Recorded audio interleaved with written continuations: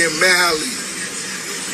I see why Joe Buttons fired you losers. You niggas wanted equity. How dare you minions? Everybody log into Joe Buttons. Now Rory and Mally, and let Biggs Burke know the boss waiting for him to come kiss the ring. People, YouTube, like, share, comment, and engage. Don't just watch or deserve to get boomed off the page. Let's get into the show. First off, fuck the ice and the bitch you got. Whole heavy bank, all jewelers, known the cops. Stay away from snakes, rats that'll talk to cops. My bars, they blink loud, that'll shake the block. What's so interesting about all of this, though, he's calling people minions, right? And he's one of Jay-Z's minions. My question to you, New York, who gave him that call? Who gave him that call?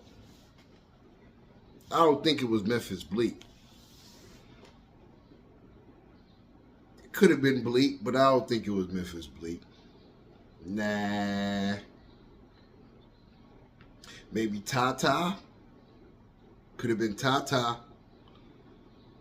At the end of the day, though, I'm going to keep it all the way 100. I think he need a lesson.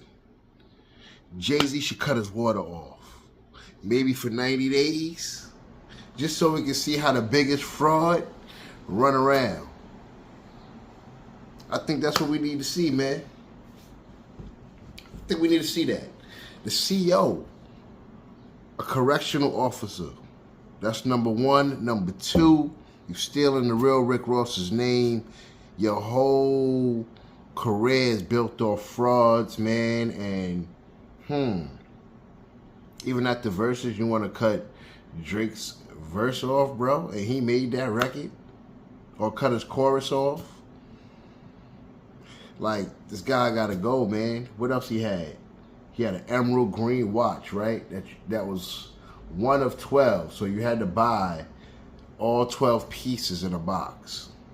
Your man walks around and say he copped the one, bro.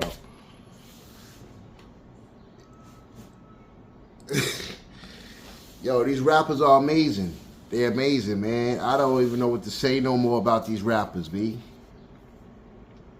Kareem's, Burke's. Yo, for years, even when he came home, he was getting to the bag. I don't know if y'all remember that Rock 96 campaign. He had the Rock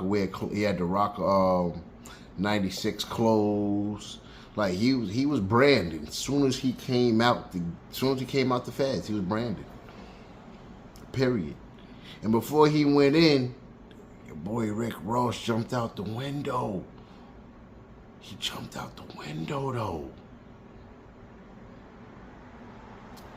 I truly feel Jay-Z need to cut his water off. New York, people that follow hip-hop, I think he needs a lesson learned, man. Sometimes I feel like these artists, when we sit there and support them throughout their career, and they get too much money, this is a guy that probably got too much money and think he's way above the program. Somebody ain't tell him he ain't Jay-Z, though. He ain't Jay-Z. And now I see why a lot of people fall in line when it comes to Jay-Z. Number one, what is it? He controls most of the stadiums or something. That's why Kanye couldn't get no concerts in the U.S. Something to do with that, right? And he be shaking his tail feather in circles that dudes can't get in. That's just facts.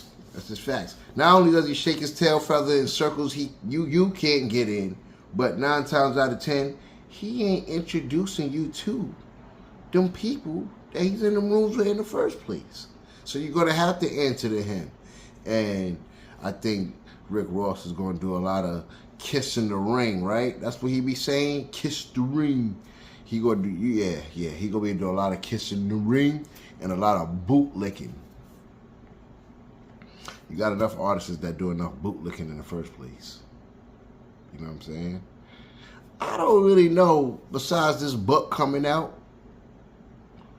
I think he got an album coming out too, right? Yeah, he got an album coming out. Is this a campaign for all this? But certain things he shouldn't be able to come back from. He told Big's cousin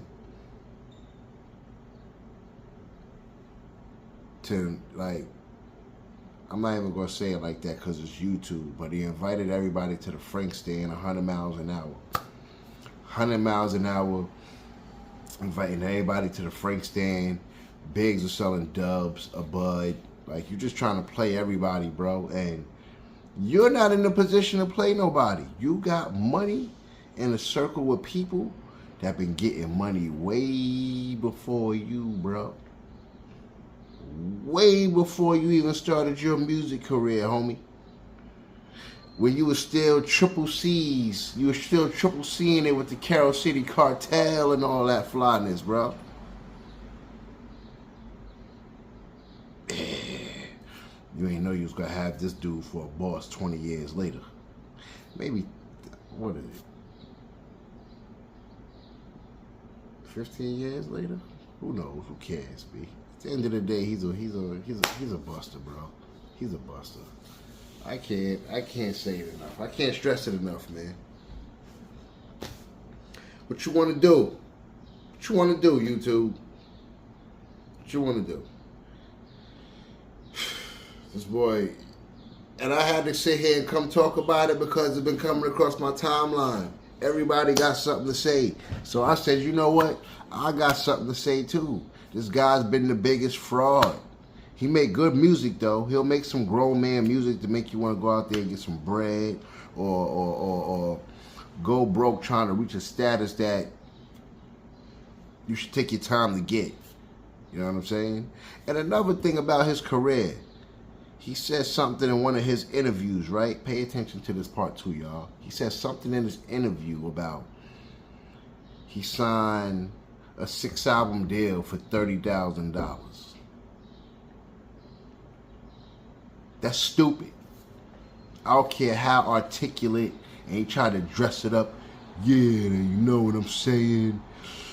It was the opportunity. And you know what I do with the opportunity, I'll sit there and flip it. Where he ain't tell you in the same sentence, just like Biggie. Not everybody's going to drop out of high school and read Word Up magazine. Not everybody's going to sit there and say, you know what, I'm going to take $30,000, right? And I'll be able to make this work for 6 albums. And you know what else you left out? You come from a salary because you was a correctional officer. So yeah, you was getting paid and funded. Most people that'll be put in that situation is coming from piss poor, nothing in their name, probably sleeping on the floor, sleeping on the couch, and that $30,000 is right there, itching. That's what you ain't telling on these interviews, man. That's why you the biggest fraud, bro. When I start doing these interviews, y'all dudes is gonna be in trouble. You know why y'all gonna be in trouble? There's no filter over here, and I don't give a damn. I don't give a damn, bro, because y'all dudes been perpetrating a fraud. Have our youth out here on suicide mission doing snatch and grabs and doing things to try to keep up with y'all. Grown frauds, man. Somewhere along the line, if you're going to sit there and sell a lie, I don't got a problem selling a lie. Make your money. But somewhere along the line, B, you got to sit there and tell the kids some kind of the truth somewhere in there, B. I'm talking to the people. Everybody want to sit there and talk to me now. We ain't doing all that. I'm on my Rick Ross ish right now. Because the biggest fraud been killing me. And y'all remember this interview too? This is an interview that sat with me. This sat with me for a long time. You remember when he talked about signing Meek Mills? And he said, yo, I told Meek Mills, I looked him in his eyes. I told him, are you sure you want to do this? Because in my head, I knew what did he say? He always like to talk like he that man, bro. He word of my mother, he was like this. He said, because I knew, you know, that signature on that contract, it was gonna break my heart for him to sign that contract.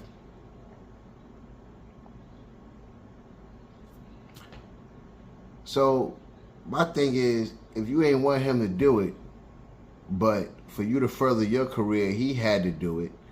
And that made incredible music, and granted, you know what I'm saying, he probably did eat coming from where he was coming from. So, but I'm quite sure it wasn't what he was supposed to get.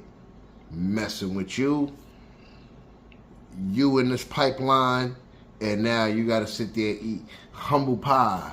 That's what I'm gonna start calling you, Mr. Humble Pie. No more kissing the ring. You ain't never been the biggest boss. You always been the biggest fraud. Shout out to the real Rick Ross. The real Rick Ross. But you always been the biggest fraud. So that's what it is. Everybody need to start calling you when they see you all over Miami, or you start campaigning, doing all these interviews, right? Guess what? Mr. Humble Pie. Because we want to know who made that call.